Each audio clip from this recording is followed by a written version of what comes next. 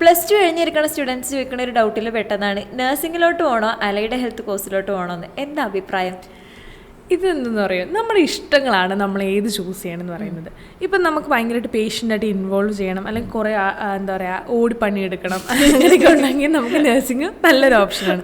ബാക്കി എല്ലാ കോഴ്സിനും വേണം കേട്ടോ.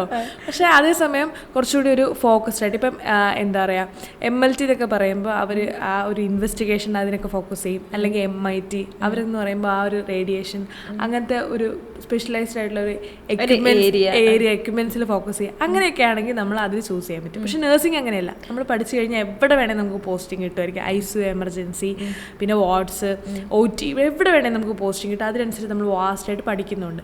അപ്പോൾ എങ്ങനെ നമുക്ക് ഒരു ഏരിയ മാത്രം ഫോക്കസ് ചെയ്താൽ മതി, അല്ല എല്ലാ ഏരിയയിലും ഫോക്കസ് ചെയ്ത് പഠിക്കണം എന്നുണ്ടെങ്കിൽ നമുക്ക് അത് നമ്മുടെ ഇഷ്ടമാണ്. നമ്മൾ ഏത് ചൂസ് ചെയ്യണം, നമ്മുടെ ഇൻട്രസ്റ്റ് ബേസ് ചെയ്തിട്ടാണ് നമ്മൾ ചൂസ് ചെയ്യുന്നത്. പിന്നെ സ്കോപ്പിൻ്റെ കാര്യം വരുവാണെങ്കിൽ ഇത് നമ്മൾ ഒരുപാട് വട്ടം പറഞ്ഞാണ്, നഴ്സിംഗ് എന്ന് പറയുമ്പോൾ അതായത് നഴ്സുമാരെന്ന് പറയുമ്പോൾ ഒരു ഹോസ്പിറ്റലിൽ ഒരുപാട് എണ്ണം വേണം. പക്ഷേ ഒരു സ്പെഷ്യലൈസ്ഡ് ഹോസ്പിറ്റൽസിൽ ആ എക്യുപ്മെൻറ്റ് അല്ലെങ്കിൽ ആ ഒരു ഡിപ്പാർട്ട്മെൻറ്റ് അവിടെ ഉണ്ടെങ്കിൽ മാത്രമാണ് ആ പഠിക്കുന്ന അലൈഡ് ഹെൽത്ത് കോഴ്സ്. ഇപ്പോൾ MLT ഉണ്ടെങ്കിൽ ലാബ് ടെക്നീഷ്യൻസ്, ലാബ് അവിടെ ഉണ്ടെങ്കിലാണ് ലാബ് ടെക്നീഷ്യൻ അവിടെ ഡിമാൻഡ് ചെയ്യുന്നുള്ളൂ. പക്ഷേ ഒരു ഹോസ്പിറ്റൽ അവിടെ ഉണ്ടെങ്കിൽ അവിടെ നേഴ്സ് എന്താണേലും വേണം. ഇതാണ് ഒരു സ്കോപ്പിൻ്റെ വ്യത്യാസം. പിന്നെ പഠിക്കുന്ന കാര്യത്തിൽ നമ്മൾ നേരത്തെ പറഞ്ഞ പോലെ തന്നെ നഴ്സിംഗ് എന്ന് പറയുമ്പോൾ എല്ലാം പഠിക്കണം. MLT അല്ലെങ്കിൽ MIT അങ്ങനത്തെ ഒക്യുപ്പേഷൻ തെറാപ്പി ആകുമ്പോൾ ആ ഏരിയ ഫോക്കസ് ചെയ്താണ് നമ്മൾ പഠിക്കുന്നത്. ഇതാണ് അലൈഡ് ഹെൽത്ത് കോഴ്സുകളും നഴ്സിംഗും തമ്മിലുള്ള മെയിനായിട്ടുള്ള ഡിഫറൻസ്.